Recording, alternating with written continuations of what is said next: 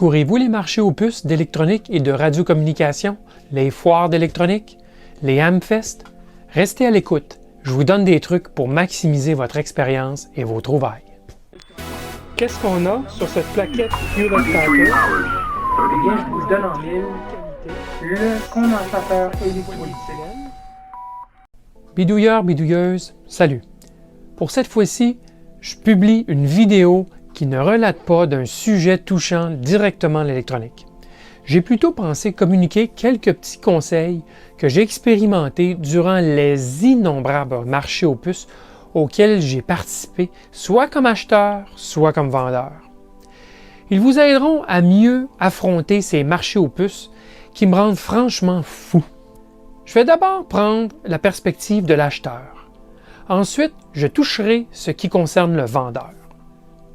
Bon, en tant qu'acheteur, faites-vous une liste d'achats durant l'année et emportez-la au Hamfest.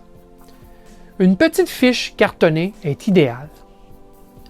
Ayez les accessoires suivants. Sac à dos ou à bandoulière, comme ça, ou poche à bandoulière, comme ça, pour porter les achats, particulièrement lorsque ce sont des exposants à l'extérieur. Multimètre portatif, comportant un ohmmètre, outils universels, tournevis, canif, pince, portés à la ceinture ou dans le sac. Pour les Hamfest extérieurs, emportez des vêtements chauds et imperméables, une casquette, un chapeau et de la crème solaire. Arrivez tôt. Les meilleures trouvailles sont habituellement faites tôt.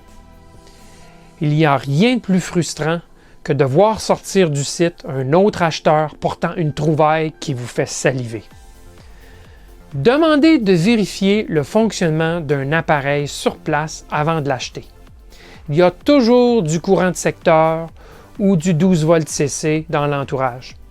Si quelqu'un refuse de vous laisser essayer l'appareil, passez votre chemin, car il y a anguille sous roche.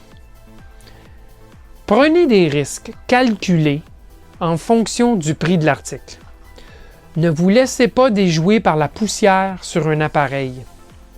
L'expérience montre que vous ferez beaucoup plus souvent des bons coups que des mauvais coups. Allez-y en groupe et consultez-vous. C'est plus rassurant et plus amusant. Et de grâce, négociez. Montrez de l'assurance. Ne soyez pas gênés. Si l'article est onéreux, demandez au vendeur son adresse postale et son numéro de téléphone pour vous rassurer. Encore une fois, s'il refuse, il y a anguille sous roche. Maintenant, en tant que vendeur, d'abord, nettoyez soigneusement les articles à vendre. Ils auront plus de valeur aux yeux des acheteurs et vous obtiendrez de meilleurs résultats. Placez vos articles sur la table de façon ordonnée. Divisez-les par groupe d'intérêt. Décidez des prix de vos articles à l'avance et marquez-les sur des étiquettes autocollantes.